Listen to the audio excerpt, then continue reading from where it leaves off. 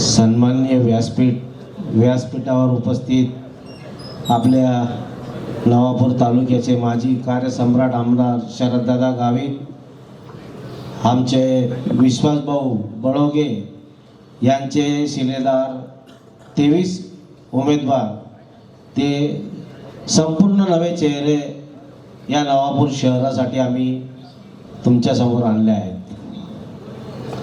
आज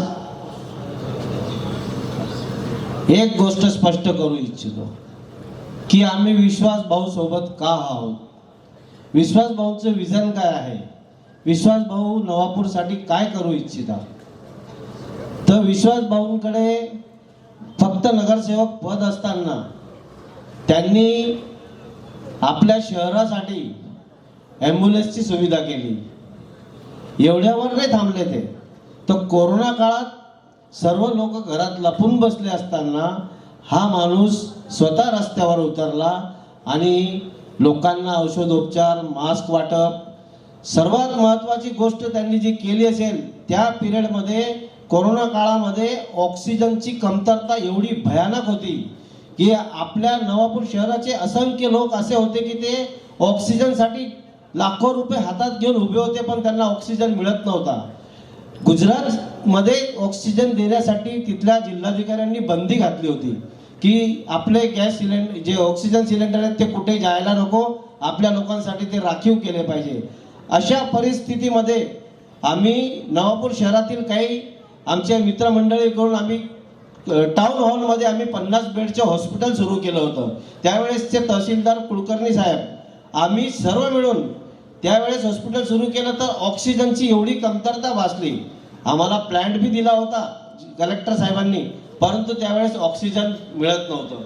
तर त्या पिरियडमध्ये विश्वास भाऊंनी ते ऑक्सिजनचे सिलेंडर कशा पद्धतीने आपल्याला आणून दिले असतील ते त्यांनाच माहिती, कारण संपूर्ण गुजरातमध्ये त्यावर बंदी होती की भाई आपले ऑक्सिजन बाहेर जायला नको, कारण आपल्या लोकांना त्याची कमतरता भासते।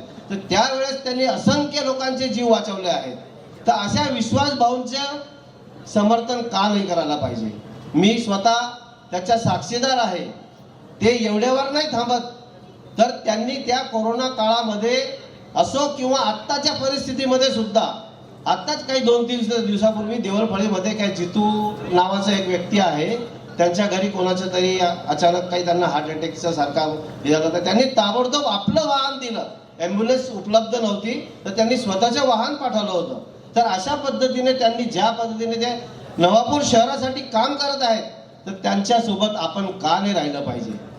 त्यांच्याकडे देवाने भरपूर दिला आहे, त्यांनी संघर्ष केला आहे, शून्यातून विश्व निर्माण करणारा तो माणूस आहे। त्याला ना खायची पडलेली आहे ना द्यायची पडली आहे, तो फक्त असा हात करून उभा आहे। देणाऱ्यांमध्ये त्याचं नाव आहे, घेणाऱ्यांमध्ये नाही। तर आपण त्याच्यासोबत का नाही उभं राहायला पाहिजे? त्यांचं विजन बघा, त्यांनी नवापूर शहरासाठी एक मल्टी स्पेशालिटी हॉस्पिटलसाठी त्यांनी एक प्रयत्न सुरू केलेला आहे आणि तो थोड्या दिवसात तुमच्यासमोर नक्कीच येणार आहे। त्यांच्या या कार्यातून आपण कमीत कमी त्यांचा बोध घेतला पाहिजे की त्या माणसाला जर स्वतःची जी ती तळमळ दिसत आहे, त्यासाठी आपण का त्या विश्वास भाऊ सोबत जायला नको? तर या नवापूर शहरासाठी त्यांनी विकासाचे एक नवं विजन घेऊन आपल्या समोर आलेले आहेत। तर मला नवापूरकरांना विनंती आहे की त्यांनी या विश्वास भाऊ सोबत राहायला पाहिजे। त्यांचं एक वाक्य मला चांगलं आठवतं की ज्या वेळेस या निवडणुकीची घोषणा झाली, मी स्वतः उमेदवारी, मी 15 वर्षापासून आंदोलनाच्या माध्यमातून, पत्रकारितेच्या माध्यमातून संघर्ष करत आहे। अशा वेळेस मला पण इच्छा होती की मी पण नगरसेवक बनलं पाहिजे, पण त्या माणसाचं मोठं मन बघा, मंगेश तुला नगरसेवक नाही, तुला किंग नाही, तुला मला किंग मेकर बनायचं आहे, तुला किंग मेकर बनवून राहील, अशा पद्धतीचे त्याने मला आश्वासन देऊन त्या माणसाने मला किती मोठं मन करून जर सांगितलं असेल, त्यामुळे ते मी त्या नगरसेवक पदासाठी जी उमेदवारी केली होती ती मागे घेतली। तर अशा या विश्वास भाऊ सोबत का नको जायला? त्याचं विजन, दूरदृष्टी बघितली तर त्यांनी आता 2 मिनिटांपूर्वी आपल्याकडे भाषणाची त्यांची क्लिप ऐकली असेल तुम्ही की त्यांचं विजन काय आहे। जे रंगावली धरणामधून जी पाण्याची पाईपलाईन आणण्यासाठी किती वर्षापासून प्रयत्न सुरू आहेत, तो लाखोचा बजेट करोडोमध्ये चालला गेला, पण या लोकांनी त्या पाईपलाईनची व्यवस्था करण्यात आली नाही. त्यांनी तो विजन त्यांच्या डोक्यात असा घुसवला की ते केल्याशिवाय राहणार नाही. तो पाईपलाईन योजना त्यांची शरद दादांच्या हस्तेच उद्घाटन होईल अशा पद्धतीने त्यांनी विजन बनवलं आहे. आणि नवापूर शहराचं ते पाणी सरळ सरळ रंगावली धरणातून आपल्या रंगावली नदीच्या केटीवेअर मध्ये येणार आहे. यांनी हे जे प्रस्थापित आहे ना, त्या प्रस्थापितांच्या विरोधात विश्वासभाऊ उभा आहे आणि त्या विश्वासभाऊ सोबत आपल्याला लढण्यासाठी त्यांना ताकद द्यायची आहे. ती नवापूर शहरातल्या नागरिकांनी त्यांना इतिहास घडवायचा आहे आणि त्या इतिहासाचे साक्षीदार आपण नवापूरकर असणार आहोत. एक ओबीसी समाज एवढा मोठा असताना या लोकांना आपल्याला उमेदवार देता येणार नाही. इथे आपलं किती ओबीसी बांधव असतील की जे काही आपले ओबीसी बांधव इतके गेलेले आहेत का त्यांना ते उमेदवारी करू शकत नाही किंवा नवापूरचं नेतृत्व करू शकत नाही. आपल्याला उमेदवार आयात करावे लागतात. अरे काय लाजिरवाणी गोष्ट आहे. एक तर पहिलेच आमच्या नवापूरला शापित करून ठेवलं यांनी. 45 वर्षापासून काय दुःख भोगत आहोत, काय परिस्थिती आहे नवापूरमध्ये. गुजरातमधून येणारे आपले गुजराती लोक जेव्हा नवापूरमध्ये एंट्री करतात तर पहिला दणका बसल्या बरोबर अरे नवापूर आवे घेऊ, पहिल्या दणक्यात सांगतात. इकडून आलं की यार आपलं तर कॉलेज आवे घेऊ. काय रस्त्यांची परिस्थिती, धूळ, पाण्याची तर एवढी दयनीय अवस्था आहे की आता या पिरियड मध्ये सुद्धा पावसाळ्यात सुद्धा पाण्याची कमतरता भासली. हे एवढी गंभीर परिस्थिती या लोकांनी निर्माण करून ठेवली आहे. तर मला नवापूरकरांना एक विनंती आहे की त्याचं दूरदृष्टी, विश्वासभाऊची दूरदृष्टी मोठी आहे. तो खाणाऱ्यांमधून नाही तर देणाऱ्यांमध्ये आहे.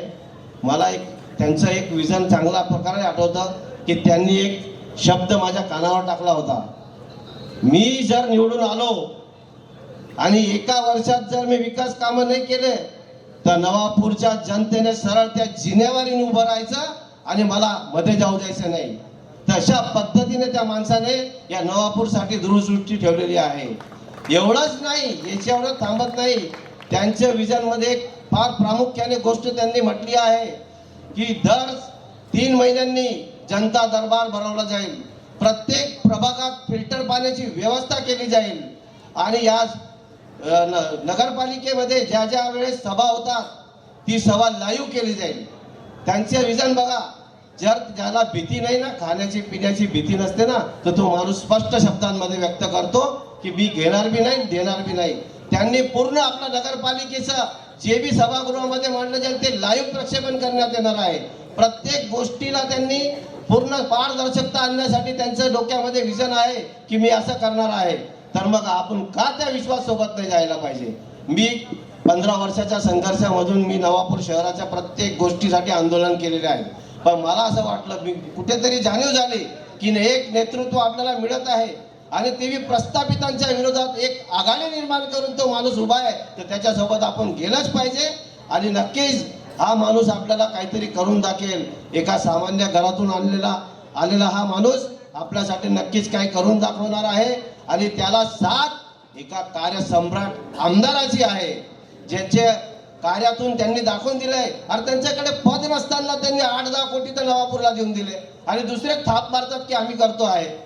तर असं कार्यसम्राट आमदार आपल्या पाठीशी उभा राहिल्यावर विश्वास भाऊ काय करणार नाही. तर माझे एकच म्हणणं आहे नवापूरकरांना की आता वेळ आली आहे. अभी नाही तो कभी नाही, हे लक्षात ठेवा. आता ही सुवर्ण संधी आहे. येणाऱ्या 15 वर्षानंतर ओबीसी किंवा सामान्य माणसाला उभं राहायचा. ओपन वर्ग राहिला तरी आपल्याला चान्स नाहीये. ओपन मध्ये बी त्यांचे उमेदवार राहणार आहेत. जर ओबीसी मध्ये आपल्याला देऊ नाही शकले तर ओपन मध्ये आपल्याला चान्सच नाहीये. तर म्हणून सर्वांना विनंती आहे, येणाऱ्या 15 वर्षापर्यंत तो सामान्य माणसाला इथे कोणतीही जागा मिळणार नाही. ही सुवर्ण संधी आहे. विश्वास भाऊंना साथ द्या. आणि एक विनंती करतो, एक बार उस आदमी को मौका दे दो, फिर देखो क्या होता है नवापुर का. मैं इस बात का साक्षीदार रहूंगा कि नवापुर का विजन जो उनके नजरों में है वो करके दिखाने के लिए है. मैं आपको आखिरी बार यही बात बोलना चाहता हूँ कि इस बार जो रिक्शा लेकर आए हैं वो रिक्शा को आपको भगाना है. ऐसा भगाना है कि सब प्रस्तापितों की नींद उड़ जाना चाहिए. आज के बाद एक ही बात ध्यान रखना आने वाले 2 दिसंबर को मतदान है। सब लोग आंखें खोलकर चलना, खड्डे को देखना, धूल को देखना और उसके बाद बटन दबाना।